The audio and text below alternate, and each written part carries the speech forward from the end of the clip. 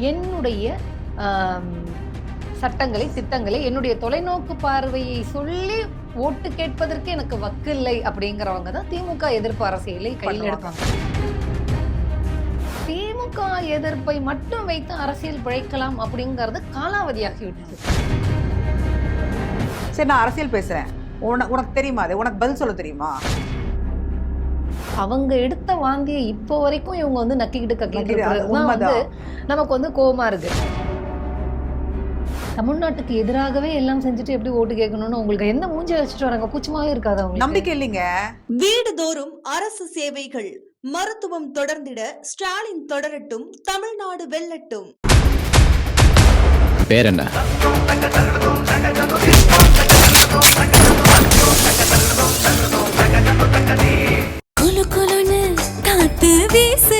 உங்கள் சத்யாவில் குளு குளு ஏசி ஆஃபர். டயா பூஸ்டர் சுகரை கண்ட்ரோல் பண்ணும், உங்க ஆரோக்கியத்தை மீட்டு தரும். சர்க்கரையை கட்டுப்படுத்துறதுக்கான எளிமையான வழிமுறை, இயற்கையான வழிமுறை. அனைத்து மருந்து கடைகளிலும் கிடைக்கும். வணக்கம். வணக்கம், எப்படி இருக்கீங்க? நல்லா இருக்கேன். சூப்பர். அரசியல்ல தேர்தல் களம் அப்படிங்கிறது சூடு பிடிச்சிருக்கு. ஆமா, புதிய முகங்கள் வந்து தேர்தல் களத்திற்கு வந்திருக்கு, பழைய முகங்களும் இருக்கு. மாற்றம் கொடுக்க போறேன் அப்படின்னு சொல்லிட்டு தான் வந்து புதிய முகங்கள் எல்லாமே வராங்க. மாற்றம் அப்படிங்கிறது என்ன அப்படிங்கிறத வந்து முதல்ல புரிஞ்சுக்கணும். புதுசாக ஒருத்தவங்க வராங்க, அவங்களுக்கு ஒரு வாய்ப்பு கொடுத்துருவோமே, கொடுத்தா என்ன அப்படிங்கிற ஒரு பேச்சு இருக்கு இல்லையா? அது எந்த அளவுக்கு ஆபத்துக்குரியது அப்படிங்கிறத பற்றிலாம் நம்ம பேசணும். இப்போ இன் ஜென்ரல் நான் உங்ககிட்ட கேட்குறது என்ன அப்படின்னா, இந்த மாற்றம் கொண்டு வர போகிறோம் அப்படின்னு சொல்லி அரசியலுக்கு வராங்க இல்லையா? அதை நீங்கள் எப்படி பார்க்குறீங்க? இல்லை, என்ன மாதிரி மாற்றம் வேணும், என்ன மாதிரி மாற்றத்தை எதிர்பார்க்குறாங்கன்னு ஒரு டாபிக் இருக்குல்ல, அதை பற்றி யாருமே பேசவே மாட்டேங்கிறாங்களே. இல்லை, வரவங்க நான் ஒரு மாற்றத்தை கொடுப்பேன்னு சொல்கிறாங்க. என்ன மாற்றம்? என்ன மாற்றம்? இப்ப கள அரசியல் நம்ம இருக்கோம், வேட்பாளர் நம்மளை தேடி வர்றாங்க. அந்த வேட்பாளர் யாரு, அவர் அந்த பகுதிக்கு என்ன செஞ்சிருக்காரு, பிரபலமான முகமா, அவரை நம்பி நம்ம ஓட்டு போடலாமா, நாளைக்கு ஏதாவது ஒரு விஷயம் தேவைன்னா அவர்கிட்ட போய் நம்ம நிக்கலாமான்னு எல்லாம் பார்த்து தானே ஓட்டு போடுவாங்க மக்களே. இப்போ நான் புதுசா ஒரு விஷயம் பண்றேன், மாற்றம் அப்படின்னா என்னையா மாற்றம்? சொல்லு, என்ன மாற்றம் பண்ண போறேன்? தமிழ்நாடு அயோத்தி ஆக்க போறீங்களா? அதுதான் பிஜேபியினுடைய மாற்றமா இருக்குது. இல்ல, அந்த மாற்றம் எங்களுக்கு வேண்டாங்கிறோம். நாங்க அயோத்தியெல்லாம் அங்கேயே வச்சுக்கோங்க, எங்களுக்கு அது வேண்டாம், தமிழ்நாடாவே இருக்கட்டும். ஓகே, இந்த மாற்றம்னு வரும்பொழுது புதுசாக ஒருத்தர் வராரு, கேட்குறாரு, வாய்ப்பு கொடுப்போமே அப்படின்னு எல்லாம் நிறைய பேர் பேசுறத நானுமே கேட்டிருக்கேன். இன்னும் சொல்ல போனால் மெத்த படித்தவர்கள் அப்படின்னு இருக்கக்கூடியவர்கள் கூட புரிதல் இல்லாமல் ஒருத்தர் வந்து வாய்ப்பு கேட்குறாருங்க, புதுசா ஒரு மாற்றம் வரட்டுமே, நம்ம ஒரு வாய்ப்பு கொடுக்கட்டுமே அப்படின்னு பேசுறத நான் பார்த்துருக்கேன். அப்போ நான் அவங்க கிட்ட நான் என்ன கேட்கணும்னு நான் நினைக்கிறேன்னா, அதாவது இந்த மாற்றம் வேணும், புதுசா ஒருத்தவங்களுக்கு வாய்ப்பு கொடுப்போம்னு சொல்லிட்டு வாய் மெல்றாங்க இல்லையா, அவங்க கிட்ட எல்லாம் நான் ஒரே ஒரு கேள்வியை தான் முன்வைக்கணும்னு நினைக்கிறேன். சரிங்க, புதுசா அதாவது வாய்ப்பு கேட்கறவங்களுக்கு ஒரு வாய்ப்பு கொடுப்போம், புதுசா ஒரு வாய்ப்பு கொடுக்குறீங்க, ஒரு மாற்றம் வேணும்னு நினைக்கிறீங்க இல்லையா? உங்களுக்கு இப்போ உடம்பு சரியில்லாம போயிருதுன்னு வச்சுக்கோங்க. ஒருத்தர் இப்பதான் எம்பிபிஎஸ்ல ஜாயின் பண்ணி இருக்கிறாரு. அவர் என்ன சொல்றாரு, வந்திருக்காரு, டாக்டர் பட்டம் வாங்கி, நான் இப்பதான் ஃபர்ஸ்ட் இயரே போயிருக்காரு. அரசியல் அனுபவம் இல்லாதவங்க தானே வந்திருக்காங்க. இப்ப நான் என்ன கேக்குறேன்னா, நான் புதுசா ஒருத்தர் வாய்ப்பு கேட்கிறாரு, கொடுத்தா என்ன, மாற்றம் எனக்கு வேணும்னு சொல்றவங்க இப்ப அப்படியே இத உங்க உயிரை பாதுகாக்கின்ற மருத்துவத்துறையோட ஒப்பிடுவோம். அரசியல்ங்கிறது எவ்வளவு முக்கியங்கிறது ஒண்ணு. இப்ப புதுசா இப்பதான் எம்பிபிஎஸ்ல ஃபர்ஸ்ட் இயர்ல ஒருத்தர் ஜாயின் பண்ணிருக்கிறாரு. அவர் வந்து கேக்குறாரு, எனக்கு வாய்ப்பு கொடுங்க, உங்களுக்கு வைத்தியம் பார்த்து ஆரம்பிக்கிறாரு அவரு, உங்களுக்கு நான் வைத்தியம் பார்த்து நான் நீங்க எனக்கு வாய்ப்பு கொடுத்தீங்க அப்படின்னா உங்களை வச்சு நான் மருத்துவம் பார்த்து நான் வளர்த்துக்கிட்டு நான் ஒரு பெரிய டாக்டரா, நல்ல டாக்டரா ஆவேன்னு சொல்றாருன்னு வச்சுக்கோங்களேன். நீங்க அந்த ஃபர்ஸ்ட் இயர் ஜாயின் பண்ண எம்பிபிஎஸ் ஆளுகிட்ட உங்கள் உடலை அறுவை சிகிச்சைக்கு கொடுப்பீங்களா? கரெக்ட். அப்போ அப்படி ஒண்ணு இருக்கு இல்ல. அப்போ அரசியல் அப்படிங்கிறது உங்களுடைய உரிமையும் விடுதலையையும் உங்களுடைய வாழ்வாதாரத்தையும் வளர்ச்சியையும் பாதுகாக்கக்கூடிய கொடுக்கக்கூடிய ஒரு களம். அதுல வந்து புதுசா ஒருத்தவங்க வராங்க, அவங்களுக்கு நான் வந்து வாய்ப்பு கொடுக்கணும்னு நினைக்கிறேன், மாற்றம் வரணும்னு நினைக்கிறேன்னா ஃபர்ஸ்ட் இயர் எம்பிபிஎஸ் ஆளுங்க கிட்ட கொடுத்தா உயிருக்கு என்ன ஆகுமோ அதே நிலைமை தான் ஆகும். உடனே இங்க ஒரு கேள்வி வரும், திமுக புதுசா கட்சி தொடங்கி வாய்ப்பு கேட்டு வந்தாங்களே, 10 வருஷம் கல அரசியல்ல இருந்தாங்க, மக்களை போய் பார்த்தாங்க, உரையாடினாங்க, கலை யதார்த்தம் என்ன அப்படின்னு முதல்ல வந்து மக்களை அரசியல் படுத்தினாங்க. 10 வருஷம் வந்து திமுக பேரறிஞர் அண்ணா தலைமையில வந்து இல்ல அவங்களோட நடவடிக்கை வந்து மக்கள் பார்க்க வச்சாங்கல்ல. ஆர்ப்பாட்டம், போராட்டம் இல்லையா, எத்தனை மாநாடு, நிறைய விஷயங்கள் அவங்க வந்து அந்த அரசியல் அவங்களும் புதுசா வந்தோடனே எடுத்தோடனே சான்ஸ் கொடுக்கல. சான்ஸ் கொடுங்கன்னு அவங்க கேட்கவே இல்லை. 10 இந்த மாதிரி வருஷம் எல்லாம் ஒரு பைத்தியக்கார தனமா வந்தோடனே என்ன வந்து சிஎம் ஆக்கிறீங்க அப்படின்னு எல்லாம் கேட்கல. நாங்க மக்களை வந்து அரசியல்படுத்த வேண்டிய தேவை இருக்கிறது. நாங்க மக்களுக்கு முதல்ல வந்து அவங்களுடைய குரலை வந்து நாங்க ஒழிக்கக்கூடிய வேலையை நாங்க செய்யறோம்னு சொல்லிட்டு மக்களினுடைய போராட்டத்துக்கு எல்லாம் கூட நின்னாங்க. இப்படி வந்து வந்த உடனே என்ன வந்து சிஎம் ஆக்கிடுங்க அப்படின்னு ஒருத்தர் கேட்கிறாரு அப்படின்னு சொன்னா கேட்பவர் நம்மை முட்டாளாக பார்க்கிறார் அப்படின்னு தான் அர்த்தம். ஒரு ஃபர்ஸ்ட் இயர்ல எம்பிபிஎஸ் ஜாயின் பண்ண பையன், நான் உங்களுக்கு ட்ரீட்மெண்ட் பாக்குறேன், நீங்க வாங்க உங்களுக்கு நான் ஆபரேஷன் பண்றேன் அப்படின்னு போவோமா? போற பைத்தியங்கள் இருக்குல்லப்பா, போகிறேன் நான் வாய்ப்பு கொடுக்குறேன்னு பேசக்கூடிய புரிதல் இல்லாதவர்கள் இருக்காங்களே, அவங்களுக்காக தான் நான் வந்து இப்ப நம்ம பேசுறோம். அவங்களையும் நீங்க போகாதீங்கன்னு தான் நம்ம சொல்றோம். நீங்க யாருக்கு வேணாலும் ஆதரவு கொடுங்க, ஆனா நீங்க ஆதரவு கொடுக்கக்கூடிய நபர் நீங்க தேர்ந்தெடுக்கணும்னு நினைக்கக்கூடிய நபருக்கு அனுபவம் இருக்கா, இது குறித்த ஆற்றல் இருக்கா, இது குறித்த அறிவு இருக்கா, இது குறித்த ஒரு வேலை செஞ்சிருக்கிறாரான்னு பாருங்க. எப்படி வந்து எக்ஸ்பீரியன்ஸே இல்லாத இப்பதான் படிக்கவே தொடங்கி இருக்கிற டாக்டர்கிட்ட போய் நீங்க வந்து உங்க உயிரை கொடுக்க மாட்டீங்களோ, அது எந்த அளவுக்கு ஆபத்துன்னு உணர்றீங்களோ, அதே மாதிரிதானே அரசியல் அனுபவம் இல்லாதவர்களிடம் கொடுப்பது அப்படிங்கிற ஒரு முடிவு. நீங்க இப்ப கொடுக்க கூடாதுன்னு நான் சொல்ல, எப்பவுமே கொடுக்க கூடாதுன்னு சொல்ல வரல. அவர் அரசியல் களத்துல நிக்கட்டும், அரசியல் களத்துல நிக்கட்டும். அவர் ஒரு அரசியல் தலைவரா அவரோட செயல்பாடுகளை பார்ப்போம். இன்னொரு 10 வருஷம் அவரும் அந்த அரசியல பயணம் பண்ணட்டும், அதுக்கப்புறம் வாய்ப்பு கொடுப்போம். இதுல இன்னொன்னு என்னன்னா, இந்த மாற்றம் கொடுக்குறேன் அப்படின்னு சொல்லிட்டு வந்தவங்க இது வரைக்கும் என்ன பண்ணிருக்காங்கன்னா, அவதூறு, அநாகரிகம், வதந்தி இததான் பேசியிருக்கிறாங்க. ஏதோ மாற்றம் வர போறான்டா, ஏதோ மாற்றம் எல்லாம் ஒண்ணு இல்ல. மாற்றம் குறித்து மாற்றம்னா என்னன்னு நீ பேசணும், புரட்சினா என்னன்னு நீ பேசணும். இத பத்தி எல்லாம் எதுவுமே பேசாம ஒரு மாற்று அரசியல் கொடுக்க போறேன். சரி, என்னடா மாற்று அரசியல்? இதுவரைக்கும் காலமாக இந்த பார்ப்பனிய கும்பல் வந்து திமுக மேல என்ன பண்ணிட்டு இருந்ததோ பண்ணிட்டு இருக்காங்க. அநாகரிக அரசியல் அதையே பண்ணிக்கிட்டு நான் மாற்றம் கொடுப்பேன் அப்படின்னு சொல்றதுங்கிறது வந்து ஏமாற்று வேலை அப்படிங்கறத வந்து புரிஞ்சுக்கணும். இல்ல, எதிர்த்தா எல்லாத்தையும் ஈக்குவலா எதிர்க்கணும். இல்ல, அதுக்கு அந்த மைண்டே, அதுக்கு அரசியல் தெரியணும். இல்ல, அந்த மைண்டே இல்லாம குதிரை கடிவாளம் போட்ட மாதிரி எனக்கு திமுக தான் தீய சக்தின்னு சொல்றதுனால உனக்கு என்ன பயன்? என்னன்னா ஒண்ணுமே இல்லையே. அதாவது என்னுடைய அரசியலை, என்னுடைய சட்டங்களை, திட்டங்களை, என்னுடைய தொலைநோக்கு பார்வையை சொல்லி ஓட்டு கேட்பதற்கு எனக்கு வக்கு இல்லை அப்படிங்கிறவங்க தான் திமுக எதிர்ப்பு அரசியலை கையில் எடுப்பாங்க. காலமாக இது அப்படிதான் நடந்திருக்கு. அதிமுக அதுல இருந்து தொடங்கி இதுக்கு முன்னாடி இருந்த கட்சிகளும் சரி, அதாவது அதிமுக ஒண்ணு உருவாகிறதுக்கு முன்னாடி திமுகவை யார் எதிர்த்தாங்க அப்படிங்கறதெல்லாம் நம்மளுக்கு தெரியும். அப்போ திமுக எதிர்ப்பை மட்டும் வைத்து அரசியல் பிழைக்கலாம் அப்படிங்கறது காலாவதியாகி விட்டது. இல்ல, அதனால 2026லயும் வந்து நீங்க அதை பண்ணுவீங்க அப்படின்னு சொன்னா அப்போ உங்களுக்கு ஒண்ணுமே தெரியாது. உங்ககிட்ட எந்தவித தொலைநோக்கு பார்வையும் திட்டமும் இல்லை. ஒரு இந்த தமிழ்நாடு பற்றியோ, இதனுடைய வளர்ச்சி குறித்தோ, இந்த மக்கள் குறித்தோ, இதனுடைய வரலாறு குறித்தோ, நம்மளுடைய தற்போதைய நிலை என்னவா இருந்தாலும் நம்ம எங்க போகணும்னு நினைக்கிறோம் அப்படிங்கிற எந்த புரிதலுமே இல்லாமல் இருப்பவர்கள் தான், அதாவது எந்தவித அரசியல் கொள்கையும் இல்லாதவர்கள் தான் திமுக எதிர்ப்பு அரசியல் அப்படிங்கறத வந்து கையில எடுப்பாங்க. அதுலயாவது குறைந்தபட்ச நேர்மை இருக்கா இந்த கும்பலுக்குன்னு கேட்டீங்கன்னா கிடையாது. அதுல வந்து நீங்க பாஜகவையும் எடுத்துக்கலாம், அதிமுகவையும் எடுத்துக்கலாம், சீமான் கும்பலையும் எடுத்துக்கலாம், விஜய் கும்பலையும் எடுத்துக்கலாம். இவங்க எல்லாருமே வந்து ஒரு ஆதாரபூர்வமாக திமுகவை எதிர்க்கிறாங்களா அப்படின்னு கேட்டா கிடையாது. இல்ல, வாய்ப்பே இல்ல. திமுகவுக்கு எதிராக வைக்கக்கூடிய சில வாதங்கள் இருக்கு இல்லையா, சரி அதுலயாவது அறிவுபூர்வமா ஏதாவது ஒண்ணு இருக்கான்னு கேட்டீங்கன்னா 2-3 வருஷம் அவர் பார்த்ததுல, அதாவது கான்ட்ரவர்சி ஸ்பீச்சை தான் கொடுக்கறாரே தவிர உண்மையான தரத்தோட அவர் வந்து ப்ரூஃபே பண்ணல எந்த விஷயத்துலயுமே. அப்ப நீ வரலாறு பாக்கணும்ல, திமுக தமிழ்நாட்டுக்கு என்ன நல்லா பண்ணிருக்கு நீ பாத்துட்டு வந்து அதை விமர்சிச்சா பரவாயில்ல. இல்ல, நீங்க திமுக என்ன பண்ணிருக்குங்கிறத பார்த்துட்டு வரணுங்கிற அவசியம் திமுகவை எதிர்ப்பவர்களுக்கு கிடையாது. நீ திமுக இதையெல்லாம் என்னென்ன பண்ணல எதிர்த்தவங்களோட வரலாறு அப்படி இருக்கு. இப்ப நீங்க திமுக என்ன பண்ணுச்சுங்கிறத திமுக ஆதரவாளர்கள், திமுக காரங்க படிச்சுட்டு மக்கள் கிட்ட போய் சொல்லணுங்கிற ஒரு தேவை இருக்கு.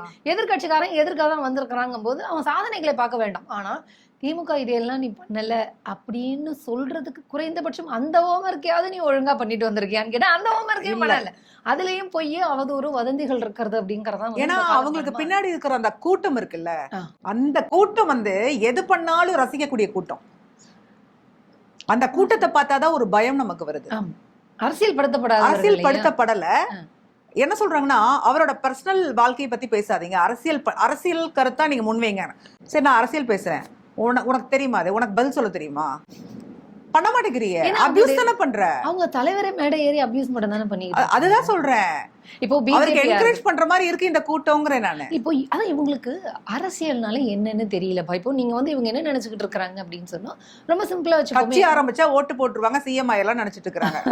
ஆனா அப்படி இல்லைங்கிறது இவங்களுக்கு எப்படி நம்ம சொல்லி புரிய வைக்க முடியும்? ஆமா, இவங்க இந்த தேஞ்சு போன ரெக்கார்டு இருக்கு இல்லையா, திமுகவை எதிர்ப்பு அப்படிங்கிறதுக்காக இவங்க காலமாக சொல்லக்கூடியது ஊழல், டாஸ்மாக், வாரிசு அரசியல், இவங்க வந்து கடவுள் எதிர்ப்பாளர்கள், இந்து மத எதிர்ப்பாளர்கள், அப்புறம் வந்து பாலியல் வன்கொடுமை அதிகமா இருக்கு, இவங்க ஆட்சியில் சட்டம் ஒழுங்கு அப்படிங்கறத வந்து தேஞ்சு போன ரெக்கார்ட். அதாவது பார்ப்பனர் அல்லாத சமூகத்திற்கு சமூக அரசியல் பொருளாதார விடுதலைக்காக திமுகங்கிற ஒரு கட்சி உருவாகுச்சு இல்லையா, அது யாருக்கெல்லாம் எரிச்சலை கொடுத்ததோ அவங்க வந்து ஒரு லாபியை இங்க கிரியேட் பண்ணாங்க.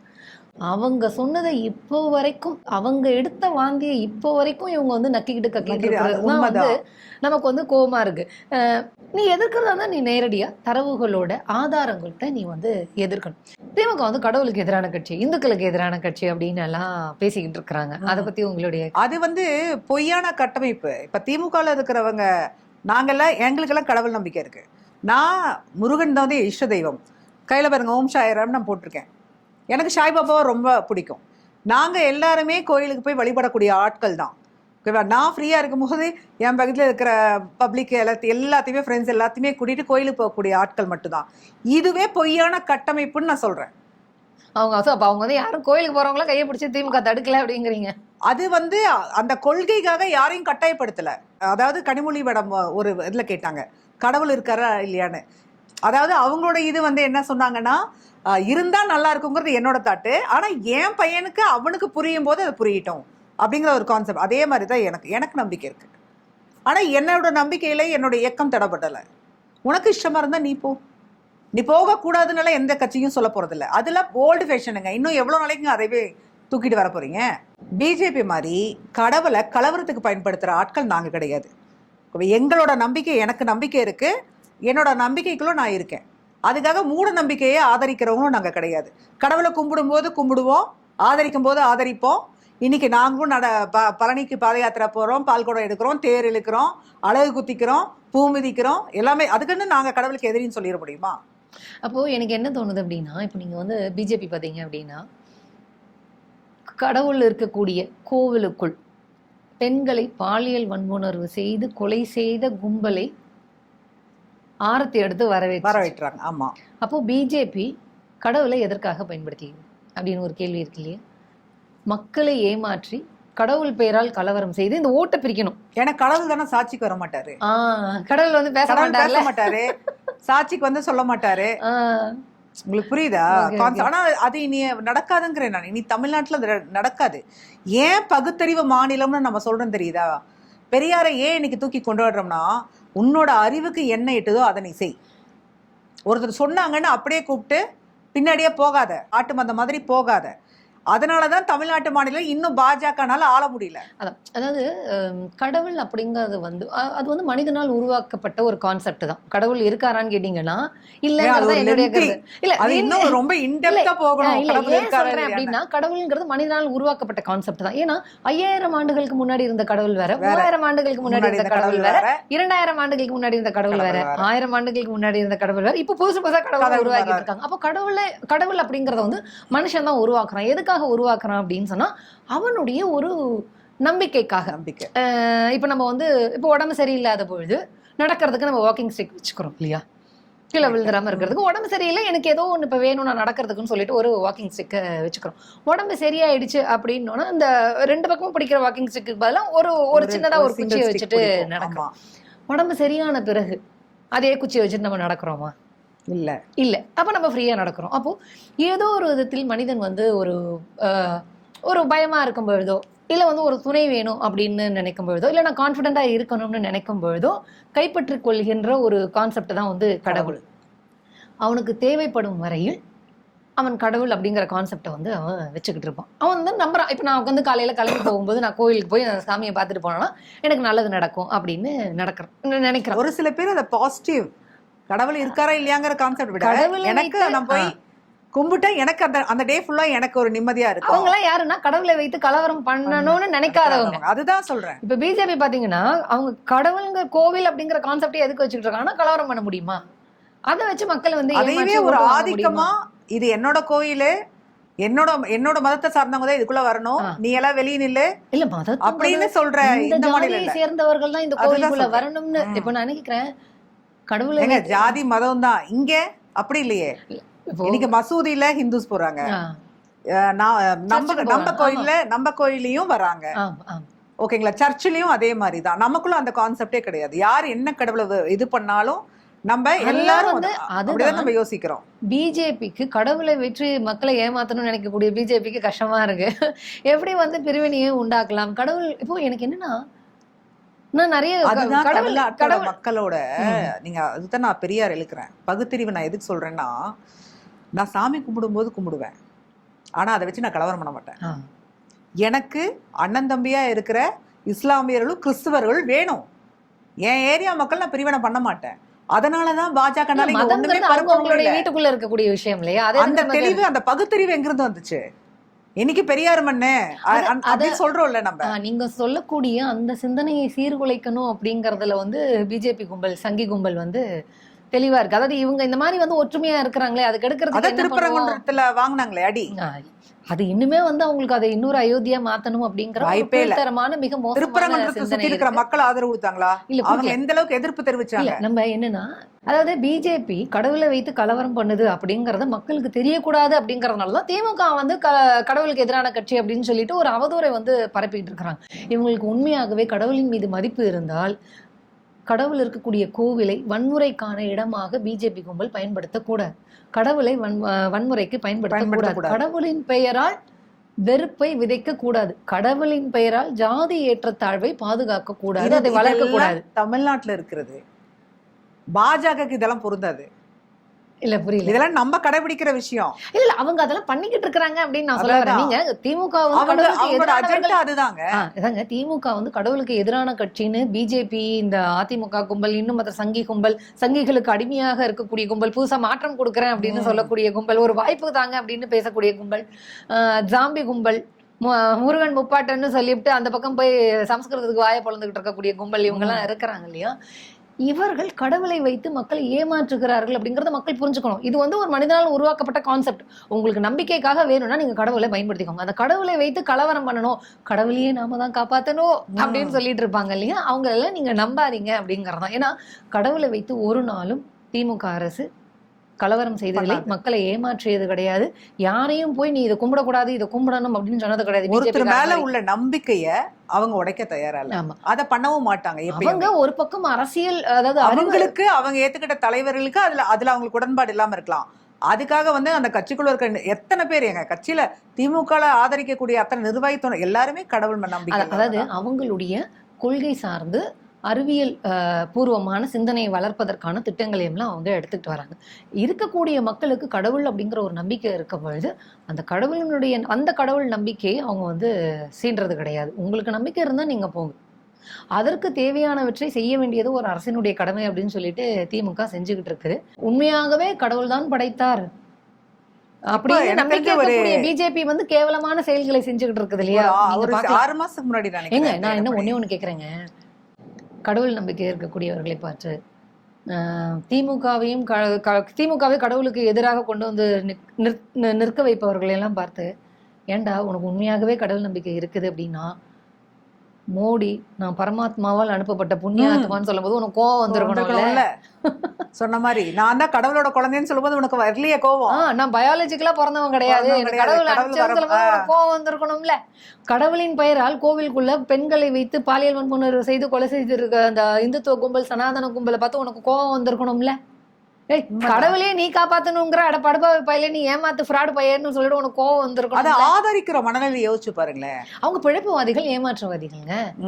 அதாவது பெரியா சொன்ன மாதிரி கருவறைக்குள்ள தப்பு செய்யற அளவுக்கு இருக்காங்க அப்படின்னா அவங்களை ஆதரிக்கிறாங்களே இவங்க. தப்பு செய்தவர்களை விட கொடுமையானவர்கள். அதுதான் நான் சொல்ல வரேன். பெரிய பாவம். இப்போ பிஜேபிக்கு ஒத்து ஊதுற ஆதரவு பேசுறவங்க எல்லாம் எந்த அளவிற்கு ஒரு கேவலமான மிக மோசமான ஆபத்து நிறைந்த சிந்தனை உடையவர்களாக இருப்பாங்க. மோடிஜி தான் வரணும், மோடிஜி கூட கூட்டணியில இருக்கக்கூடிய எடப்பாடி தான் வரணும் அப்படின்னு எல்லாம் எடப்பாடி பேசக்கூடியவர்கள். வந்து சத்தியம் பண்ணி சொல்லாரு நான் பாஜக கூட கூட்டணியே வைக்க மாட்டேன்னு. எம்பி எலெக்ஷன்ல ரெண்டும் தனித்தனியா நின்னாங்க. இப்ப மறுபடியும் 4 கார் மாறி ஏறி போய் ஆளுமை இல்லாதவர், அரசியல் தெளிவு இல்லாதவர், இல்ல கொள்கை வார்த்தையை இல்லாதவர் வேற மாத்தி என்னங்க மாத்தி பண்ணுவாங்க? பேசினா மக்கள் கிட்ட எப்படிங்க ஒரு நம்பிக்கை வரும்? வராதுங்க. அப்புறம் இவர் கொடுக்குற அந்த நலத்திட்டம் எல்லாம் ஆமா, எப்படிங்க நம்புவாங்க? கரெக்ட். வாக்குறுதிகளை நீங்க நீ சொல்றீங்க. சொன்ன வாக்கு ஒரு கட்சிக்குள்ள ஒரு ஆளுமைன்னு சொல்ற. அந்த ஆளுமையோட வேலை என்ன? ஒரு விஷயத்த சொல்லிட்டா அந்த அந்த இதை ஆளுமையோட வேலை காப்பாத்தணும். டெல்லிக்கு போய் கூட்டணி பேசுறது.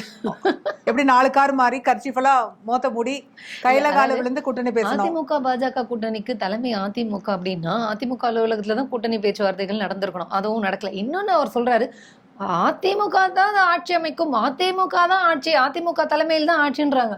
பிஜேபி அங்க வந்து கூட்டணி ஆட்சின்னு சொல்லிட்டு இருக்காங்க. இப்ப நம்ம அதையே சொல்றோம் எதிர்க்க ஸ்டாலின் தெரியல. தலைமையிலான ஆட்சின்னு திமுக காரங்க நாங்க சொல்றோம்.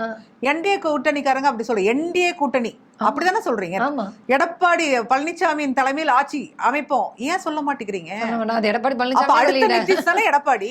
அது அவரே தான் சொல்லிக்கிறாரு. அங்க வேற ஒருத்தருமே வேற சொல்ல யாருமே அந்த கூட்டணி கட்சியில இருக்கிறவங்க யாருமே சொல்ல மாட்டேன். இப்ப நம்ம கூட்டணியில இருக்கிறவங்க சொல்றோமே, நம்ம ஸ்டாலின் தான் முதல்வரு அவருதான் அப்படிங்கறது ஒரு முடிவை எடுத்து பண்றோம்ல. ஏன் அந்த வார்த்தை அவங்க கூட்டணியில இருக்க கூட பாஜக இல்ல பாமக யாருமே ஏன் சொல்ல மாட்டேங்கிறாங்க? இப்போ திமுகவுக்கு திமுகவை எதிர்க்கக்கூடிய அந்த கூட்டணி இருக்கு இல்லையா, அந்த கூட்டணிக்கு ஜனநாயகம் அப்படிங்கறதன் மேல நம்பிக்கையே கிடையாது. ஜனநாயகம் இருக்கக்கூடாது, சர்வாதிகார பாசிச ஆட்சி இருக்கணும் அப்படிங்கிற எண்ணம் இருக்கக்கூடியவர்கள் தான். இப்போ நீங்க திமுக தலைமையிலான ஆட்சி அப்படிங்கறத பாத்தீங்கன்னா ஜனநாயகத்தை பாதுகாக்கக்கூடிய ஆட்சி. அவங்க அரசியலமைப்பு சட்டத்தை பாதுகாக்கணும்னு நினைக்கிறாங்க. ஆனா திமுகவை எதிர்க்கக்கூடிய இந்த கும்பல் இருக்கு இல்லையா, அவர்களுக்கு அரசியல் குறித்தோ அரசியலமைப்பு சட்டம் குறித்தோ ஜனநாயகம் குறித்தோ எந்த புரிதலும் கிடையாது. இப்ப நம்ம வந்து பிஜேபிங்கிறது ஒரு பாசிச கும்பல். அவங்க ஆட்சிக்கு வரணும்னு நினைக்கிறதே அதிகாரம் பண்ணணும் தான் தவிர தமிழ்நாட்டு நலன் கருதியெல்லாம் அவங்க ஆட்சி பண்ணணும்னு வரல. இல்ல, அதை பத்தி அவங்களுக்கு எதுவுமே தெரியாது. ஜனநாயகம்னா என்னன்னு தெரியாது. ஜனநாயகம் இருக்கும் வரைதான் இங்க மனிதன் வந்து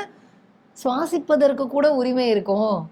ஜனநாயகம் இல்ல சர்வாதிகாரம் பாசிசம் வந்துருச்சு அப்படின்னா சுவாசிப்பதற்கு கூட உரிமை இருக்காது. அதாவது அவன் உயிர் வாழ்வதை கூட அவன் தீர்மானிக்க முடியாது அப்படிங்கிற ஒரு ஆபத்தான நிலை வந்துரும். அது வரக்கூடாதுன்னு திமுக தலைமையிலான கூட்டணி வந்து எதிர்த்துட்டு இருக்கு.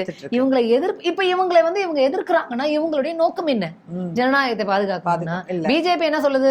அரசியலமைப்பு சட்டத்தை தூக்கி போட்டு ஜனநாயகம் என்னன்னு தெரியுமா? தெரியாது. அரசியலமைப்பு சட்டம்னா என்னன்னு தெரியுமா? இல்ல ஜனநாயகம்னா என்னன்னு கேட்டீங்கன்னா விஜய் நடிச்ச படம்னு சொல்லுவாங்க. வெளிவரமா இருக்கு. இல்ல அரசியலமைப்பு சட்டத்தோட ஏன் பாதுகாக்கணும்னு நினைக்கிறாங்க? அதுல என்ன இருக்குன்னு ஏதாவது தெரியுமா? எடப்பாடியுடைய சதி திட்டம் என்னன்னு தெரிஞ்சிருந்தா இவங்க இப்படி போய் அங்க நிக்க மாட்டாங்கல்ல. இதை ஏன் பழனிசாமி ஆதரிக்கிறார்? அவருக்கு அதான் சொல்லணும், அவருக்கு ஜனநாயகத்தின் மீது நம்பிக்கை கிடையாதுங்க. அவர் பாசிசத்திற்கு அடிமையாக இருக்கிறார். பெரியார் சொன்ன மாதிரி தூக்கி போடுகின்ற எலும்பு துண்டுகளுக்காக நிற்கக்கூடியவர்கள். அந்த மாதிரிதான் எடப்பாடி பழனிசாமி இருக்கிறார். நீங்க போய் கால்ல விழுங்க, தேவையா இது பண்ணிக்கோங்க. நாங்க ஏன் உங்களுக்கு ஓட்டு போடணும்?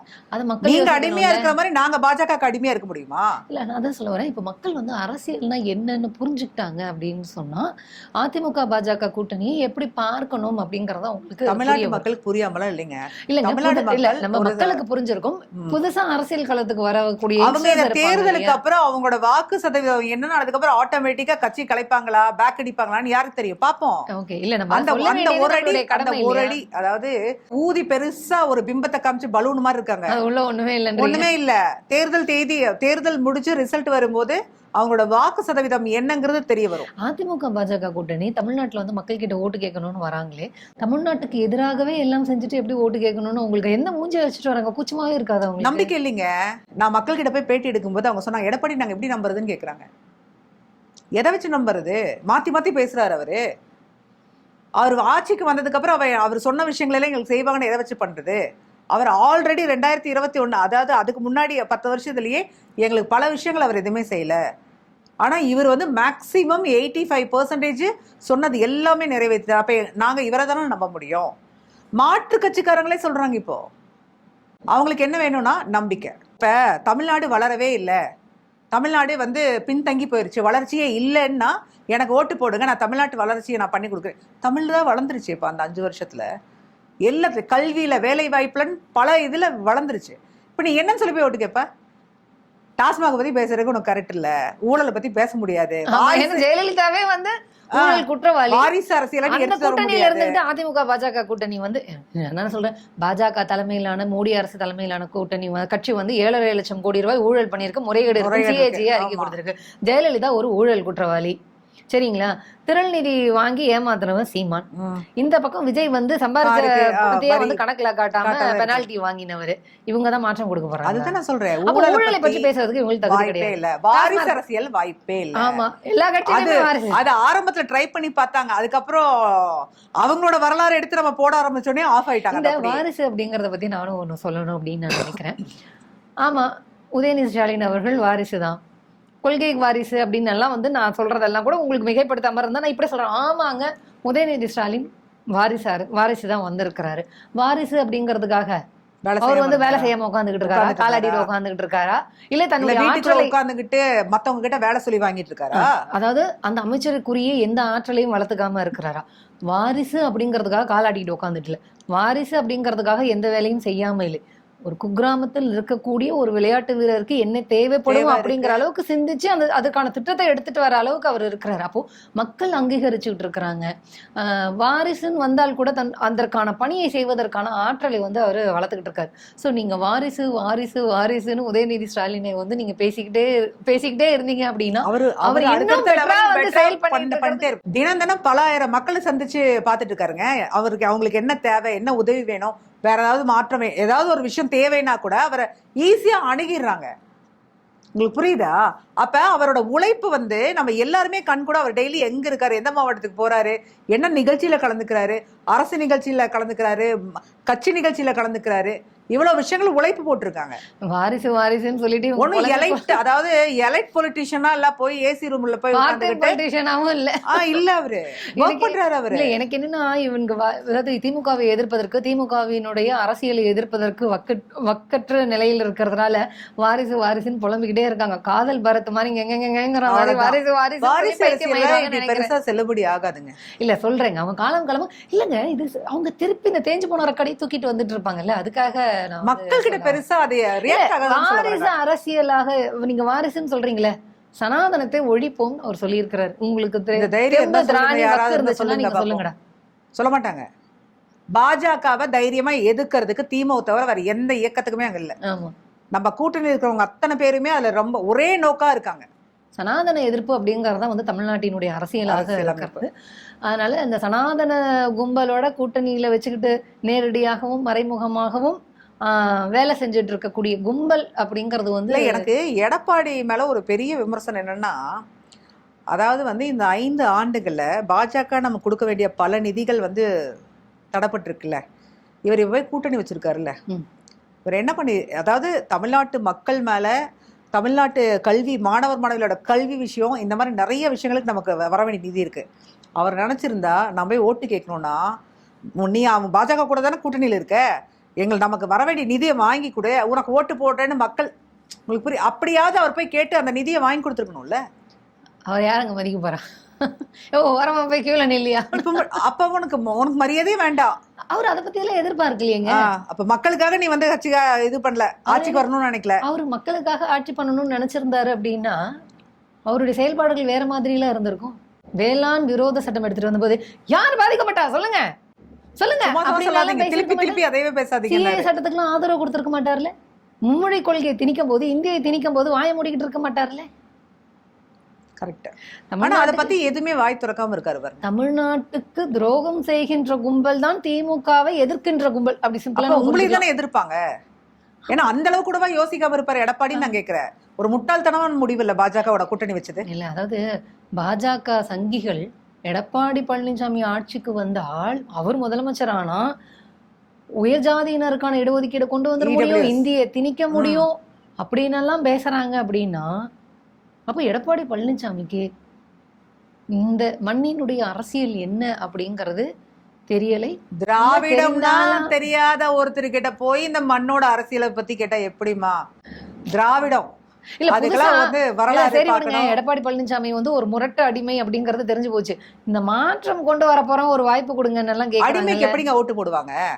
நம்மளோட எதிரி கிட்ட துணிஞ்சு நிக்கிறவனுக்கு தானே, அவன் தானே ஹீரோ. அதாங்க நான் என்ன கேக்குறேன், எடப்பாடி பழனிசாமி பிஜேபிக்கு முரட்டு அடிமைன்னு தெரிஞ்சு போச்சு. ஆனா இந்த மாற்றம் கொண்டு வரேன் அப்படின்னு சொல்லிட்டு எல்லாம் புதுசா ஒரு வாய்ப்பு கேக்குறாங்கல்ல, அவங்க கூட இதெல்லாம் கேட்கல. வேட்பாளர் பட்டியல் எல்லாம் ஐயோ இருந்துச்சு. பாருங்க மாற்றம், அதான் என்னடா மாற்றம். பிஜேபி எப்படி அண்ணாமலை எப்படி வந்து ரவுடிக்கெல்லாம் வந்து சீட்டு கொடுத்தாரோ. அதாவது ஒரு வேட்பாளர் வந்து மக்கள் பிரச்சனைக்கு, மக்கள் தேவையான விஷயத்துக்கு போலீஸ் ஸ்டேஷன் போவாங்க. ஆனா இங்க வேட்பாளரே கையெழுத்து போடுறதுக்கு போயிருக்காரு. விசாரிச்சா கொலை முயற்சி. புரியுதா? கஞ்சா கஞ்சாவை வச்சு மாட்டின கேஸ் 10 நாளைக்கு முன்னாடி பெயில இருந்து வெளியே வந்திருக்காராமா. அவங்களுக்கு சீட்டு அவர்தான் மாற்றம் கொடுக்க போறாரு. அதாவது ஜோசியத்திலேயே கேன்சரை சரிப்படுத்த முடிய ஒரு எங்க தொகுதி வேற அந்த கவுண்டமலை லேடி டாக்டர் ஆமா, PhD ஆமா, ஜோசியராமா. மாற்றம் கொடுக்க போறேன், தூய அரசியல் பண்ண போறேன் அப்படின்னு பேசினவங்க வந்து கொலகாரனுக்கு சீட்டு கொடுத்துருக்காங்க, ஃப்ராடுக்கு சீட்டு கொடுத்துருக்காங்க. அப்படியே பாஜக ஜெண்டா. ஆமா கரெக்ட். காஷ்மீர்ல இருந்து கன்னியாகுமரி வரைக்கும் இவங்க கொடுத்து வச்ச பதவி கொடுத்தவங்கள யாரு நினைக்கிறீங்க? ஊழல் பண்ணவங்க, பெண்கள் விஷயத்துல வன்கொடுமை செய்தவங்க, அதை முயற்சி பண்ணவங்க, அத்தனை பேத்துக்கு சீட்டு கொடுத்து வச்சிருக்காங்க. அதே மாதிரிதான் அதேதான் தூய அரசியல் பண்ணக்கூடிய ஆட்களும் பண்ணி வச்சிருக்காங்க. இல்ல எனக்கு நீங்க சொல்ற மாதிரி இப்போ நீங்க ரொம்ப சிம்பிளா இந்த அதிமுக பாஜக இந்த புது மாற்றம்னு சொல்லிட்டு வரக்கூடிய உங்களுடைய அயோக்கியத்தனம் இதையெல்லாம் தெரிந்து கொண்டும் முட்டு கொடுத்துட்டு மக்களை ஏமாற்றணும் அப்படின்னு சொல்லி இறங்கி வேலை செய்யக்கூடிய இந்த புரோக்கர்ஸ் இருக்காங்கல்ல, அவங்க எந்த அளவுக்கு ஒரு மிக மோசமான ஒரு சிந்தனை உடையவங்களா இருப்பாங்க. புரோக்கர் நான் ஒண்ணு சொல்றேன் கேளுங்க. அதிமுக பலமுறை தமிழ்நாட்டுல ஆட்சி பண்ணிருக்கா. ஜெயலலிதா அம்மையார் இருக்கிற வரைக்கும் மாற்றம் பண்ணிருக்கல. அவங்க இருந்தபோது வேறங்க. அப்படி எடப்பாடியே தன்னோட மாநிலத்துக்கு துரோகம் செய்யற ஒருத்தரோட கூட்டணி வைக்கும் போது இங்க காசுக்காக வேலை செய்யற புரோக்கர்களோட மனசாட்சி பத்தி நம்ம பேச முடியுமா? நீங்க கரெக்டா சொல்லிட்டீங்க. உங்களுக்கு புரியுதா? எடப்பாடியே அதை செய்யும் போது தலைவர்கள், ஒரு கட்சியோட தலைவரா பொதுச் செயலாளர் இருக்கிறவர்கள், நீங்க ஆல்ரெடி ஆட்சி பண்ணிருக்கீங்களா, உங்களுக்கே அந்த மனநிலை இருக்கும் போது இதை வச்சு சம்பாதிக்கிற மாதிரி காற்றுள்ள போதே தூற்றிக்கொள்ளுன்னு சொல்லுவாங்கல்ல, அந்த மாதிரி எலெக்ஷன் வந்ததுனாவே இவங்க கள்ள கட்ட ஆரம்பிச்சிருவாங்க. இல்ல அது தமிழ்நாட்டுக்கு செய்யக்கூடிய மிக பெரும் துரோகம் இல்லையா, மக்களுக்கு செய்யக்கூடிய துரோகம் இல்லையா? அதை பத்தி அவங்களுக்கு எனக்கு கவலை. அந்த காசை வச்சுதான் வயிறு வளர்க்கணும், அந்த காசை வச்சுதான் அதிமுக பிஜேபி கூட்டணிக்கு, கள்ள கூட்டணிக்கு, கேவலமான கூட்டணிக்கு, தமிழ்நாட்டுக்கு துரோகம் செய்யக்கூடிய கூட்டணி, இந்த கூட்டணிக்கு வந்து வாடகை கூடக்கூடிய இந்த புரோக்கர்கள் என்னைக்காவது தமிழுக்கு எதிராக இருக்கக்கூடிய பிஜேபியினுடைய செயலை பற்றியோ, கீழடியில மண்ணை போடணும்னு நினைக்கக்கூடிய இந்த அயோக்கியத்தனத்தை பத்தியோ, இந்தியை திணிக்கணும்னு நினைக்கக்கூடிய இந்த அயோக்கியத்தனத்தை பத்தியோ, நிதி கொடுக்க மாட்டேன் அப்படின்னு சொல்லக்கூடிய இந்த அயோக்கியத்தனத்தை பத்தியோ, தமிழர்களை ரொம்ப கொச்சைப்படுத்தி பேசக்கூடிய இந்த அயோக்கியத்தனத்தை பற்றியோ கண்டித்து இவங்க என்னைக்காவது இந்த புரோக்கருங்க அவங்களே அடிமை முதலாளி எடுத்து எப்படி கேட்பாங்க? அவங்க மட்டும் அடிமையான இல்லாம மக்களையும் சேர்த்து அடிமையாக்கணும்னு நினைக்கிறாங்க. எந்த தைரியத்துல இவங்க எல்லாம் வந்து கேமரால மூஞ்சி காட்டுறாங்க, மக்கள் கிட்ட போய் பேசுறாங்க? மக்களுக்கு எதுவும் தெரியாதுன்னு நினைச்சிட்டு இருக்காங்க. அப்போ மக்களை வந்து எந்த அளவுக்கு இவங்க வந்து ரொம்ப இலக்காரமா முட்டாளா நினைச்சிட்டு இருக்காங்க மக்களுக்கு. அப்ப மக்கள் மேல உங்களுக்கு மதிப்பே கிடையாது. மக்களை பத்தி அக்கறையும் கிடையாது. நான் தான் சொல்றேனே, கல்வி விஷயத்திலயோ இல்ல மக்கள் விஷயத்திலயோ நீங்க முதல்ல சொன்னீங்களே ஜனநாயகம், அதெல்லாம் இல்ல, அவங்களுக்கு அதெல்லாம் தெரியாது. ஆட்சிக்கு வரணும், அதிகாரத்துல இருக்கணும், அது மட்டும்தான் அவங்களோட நோக்கமே தவிர மற்றபடி இந்த மாநில அரசியல் எல்லாம் அதை பத்தி எல்லாம் ஒண்ணுமே தெரியாது எடப்பாடி. அப்ப நம்ம என்ன சொல்ல வேண்டி இருக்கு அப்படின்னா, இதுக்கு முன்னாடி அரசியல் களத்தை பார்த்தவர்களும் சரி, இல்ல புதுசா பார்க்க வந்தவங்களும் சரி, ஒரு அரசியல்னா என்ன அப்படிங்கிறத தெரிஞ்சுக்கணும். மாற்றம் அப்படிங்கிறது வளர்ச்சியை நோக்கியதாக இருக்கணுமே தவிர பிற்போக்குத்தனமாக இருக்கக்கூடாது. இன்னும் பின்னோக்கி போற மாதிரி ஒரு மாற்றத்திற்கு நம்ம வழி ஏற்படுத்தக்கூடாது. ஜனநாயகம் எந்த அளவிற்கு முக்கியமானது, இங்க தனி மனித உரிமை எந்த அளவிற்கு முக்கியமானது அப்படிங்கிறத பத்தியும், பொருளாதார வளர்ச்சி குறித்தும் இதெல்லாம் எந்த அளவிற்கு முக்கியமானது அப்படிங்கறதெல்லாம் தெரிஞ்சுக்கிட்டு தான் ஒரு அரசியல் கட்சியை தேர்ந்தெடுக்கணும், ஒரு கட்சி தலைவரை தேர்ந்தெடுக்கணும். அதுதான் நான் சொல்ல வரேன். அது ஒரு ரிக்வெஸ்டா நம்ம சொல்லலாம். எந்த தலைவரை தேர்ந்தெடுக்கணும், எந்த கட்சியை தேர்ந்தெடுக்கணும், மாற்றம்னா என்ன, புரட்சினா என்ன, பொருளாதார வளர்ச்சினா என்ன, சமூக நீதினா என்ன, சமத்துவம்னா என்ன, இந்த நிலத்தினுடைய வரலாறு என்ன, இந்த நிலத்தின் இந்த தன்மைக்கு, இங்க இருக்கக்கூடிய மக்களினுடைய புரிதலுக்கு, இங்க இருக்கக்கூடிய அறிவிற்கு, இங்க இருக்கக்கூடிய ஏற்றத்தாழ்வுக்கு, இங்க இருக்கக்கூடிய போராட்டங்களுக்கு நாம இதுல என்னெல்லாம் செய்ய முடியும், அதை எந்த கட்சி இது வரைக்கும் செய்திருக்கிறது, எந்த கட்சிக்கு வந்து செய்வதற்கான ஆற்றலும் தகுதியும் இருக்கிறது அப்படிங்கறதெல்லாம் அலசி ஆராய்ந்து யாருக்கு ஓட்டு போடணும், யாரை தேர்ந்தெடுக்கணும் அப்படிங்கறத வந்து கொஞ்சம் ஆய்வு செய்து கொஞ்சம் டைம் ஸ்பெண்ட் பண்ணி கொஞ்சமாவது படிங்க, ரிசர்ச் பண்ணுங்க, 10 பேர் பேசுறத கேளுங்க, எது சரி எது தப்பு அப்படிங்கறத நீங்களே வந்து அனலைஸ் பண்ணிட்டு ஓட்டு போடுங்க அப்படின்னு தான் நம்ம ரிக்வெஸ்ட் பண்ணுவோம். அதாவது ஒரு சாமானிய மக்களுக்கு வந்து சில விஷயங்கள் தெரியாது. இன்டெப்த் இப்போ நம்ம ஒரு இயக்கத்தில் இருக்கோம்னா இதில் வந்து நமக்கு பாஜக என்ன பண்ணியிருக்கு, துரோகம் பண்ணியிருக்கு, அதிமுக என்ன பண்ணியிருக்கு, மற்றவங்களோட எதிர்க்கட்சிகளோட நிலைப்பாடு என்ன, இன்னைக்கு வந்து ஆட்சி அதிகாரத்துக்கு வரணும்னு இவங்க என்னென்ன வேலை பண்ணுறாங்க, இது எல்லாம் வந்து எப்படி தெரியும்னா யாருக்கு தெரியும் அப்படின்னா நம்மள மாதிரி ஒரு இயக்கத்தை சார்ந்தவங்களுக்கு தெரியும். சாமானிய மக்களுக்கு தெரியுமா? தெரியாது. அது என்ன சாமானிய மக்களுக்கு தான் அதிகமா தெரியும். சாமானிய மக்களுக்கு தெரிஞ்ச விஷயம் என்ன அப்படின்னா வளர்ச்சி. எதிரில ஒரு அரசாங்கம் வளர்ச்சி நோக்கி போகுது. அப்ப இந்த 5 ஆண்டுகள் திமுகவோட வளர்ச்சி அப்படின்னு பார்க்கும்போது இவங்க டாஸ்மாக மட்டும் அதாவது நெகட்டிவா கொண்டு போகணும்னு நினைக்கிறாங்க. ஆனா கல்விக்கும் வேலை வாய்ப்புக்கும் தமிழ்நாடு கொடுத்த இடம் இது வந்து பயங்கரமான ஒரு வளர்ச்சி. எவ்வளோ லைப்ரரிஸ் கட்டியிருக்காங்க, அதாவது ஐடி கம்பெனிஸ், எத்தனை ஐடி கம்பெனிஸ் கொடுத்துருக்காங்க. இன்னைக்கும் அதுக்காக ஹெவி இன்வெஸ்ட்மெண்ட் பண்ணி அதுக்காக வேலை நடந்துகிட்டு இருக்கு. அப்போ ஒரு சாமானிய மக்களோட வளர்ச்சி எங்கன்னா இதைத்தான் யோசிப்பாங்க. உங்களுக்கு புரியுதா? வரலாறு அப்படிங்கிறது கட்சிக்காரங்க நம்ம அப்படி சொல்கிறோம். ஆனால் சாமானிய மக்களோட பயணம் பண்ணும்போது அவங்கள பொறுத்த வரைக்கும் யார் சொல்கிறத காப்பாத்துறா? கரெக்ட். ஒரு சாதாரண மக்கள் கிட்ட போய் நம்ம பேட்டி, ஒரு வயசான ஒரு 50-60 வயசு அம்மாட்ட போய் நான் ஒரு மைக் நீட்டு அம்மா எப்படிமா அப்படின்னு கேட்கும்போது கேட்டா கூட அவங்க சொல்றாங்க எனக்கு இந்த ஸ்கீம்னால நான் பெனிஃபிட் ஆயிருக்கேன் அப்படின்னு பேசுறாங்க. இந்த மாதிரி இப்படி எல்லாம் விமர்சனம் வைக்கிறாங்களாமா, நீங்க என்னமா நினைக்கிறீங்க அப்படின்னு கேட்டா அவங்க அவ்வளவு விஷயங்கள் பேசுறாங்க. 10 வருஷத்துல இன்னைக்கு குறை சொல்றவங்கள 10 வருஷத்துல மாத்தி இருக்க வேண்டியதானே? அப்பெல்லாம் என்ன பண்ணிட்டு இருந்தாங்க? எனக்கு இந்த அரசாங்கத்து மேல நம்பிக்கை இருக்கு. முதல்வர் சொன்ன வாக்குறுதியை காப்பாத்துவாரு நம்பிக்கை இருக்கு, காப்பாத்தி இருக்காரு. அதனால நான் அவருக்கு வாய்ப்பு கொடுக்குறேன். அவ்வளவுதான். சாமானிய மக்களோட நோக்கம் இதுதான். இந்த நெகட்டிவ் இம்ப்ரெஷன் எல்லாம் எதிர்க்கட்சி விமர்சனம் வேணா பண்ணிக்கலாம், ஆனா களத்துல அது ஒரு பெரிய பாதிப்பு வராதுன்னு சொல்றேன். உங்களுக்கு புரியுது? களத்துல பெரிய பாதிப்பெல்லாம் ஒன்றும் கிடையாது. அவங்கள பொறுத்த வரைக்கும் டெய்லி அந்த குழந்தைங்களுக்கான காலை உணவு திட்டம் பண்றாங்க, விடியல் பயணத்தை யூஸ் பண்றாங்க, புதுமை பெண், நான் முதல்வன், இந்த மாதிரி பல திட்டங்கள் வருது. கலைஞர் மகளிர் உரிமை தொகை, கலைஞர் மகளிர் சுதி, இதெல்லாம் சாமானிய மக்களுக்கு கொண்டு போய் சேர விஷயங்கள்.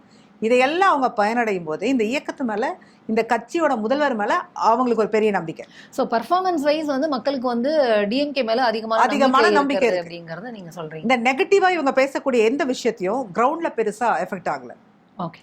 சாமானிய மக்கள் எனக்கு என்ன வேணும், டெய்லி எனக்கு என்ன வேணும், எனக்கு அது கிடைக்குது, ஏமாத்தல என்னை அவரு, எனக்கு கிடைக்கும் போது எனக்கு அவர் மேல நம்பிக்கை இருக்கு, நான் பண்றேன். அப்போ இந்த 2021 திமுக ஆட்சிக்கு வந்ததற்கு பிறகு நமக்கு தமிழ்நாட்டுக்கு கிடைத்த வளர்ச்சி அப்படிங்கிறது தொடரணும், அது தொடர்வது அப்படிங்கறதான் வந்து நம்ம எல்லாருக்குமே நல்லது. அப்போ அந்த வளர்ச்சிங்கிற சிந்தனையோட மக்கள் வந்து தேர்தல் அன்னைக்கு ஓட்டு போட வருவாங்க அப்படின்னு நம்ம நம்புவோம். கண்டிப்பா உதயசூரியனுக்கு அதிக வாக்கு வித்தியாசத்துல ஆட்சி அமைக்கிறது உறுதி இந்த முறை. ஏன்னா மக்களோட மனநிலை அதுவா தான் இருக்கு. ஓகே.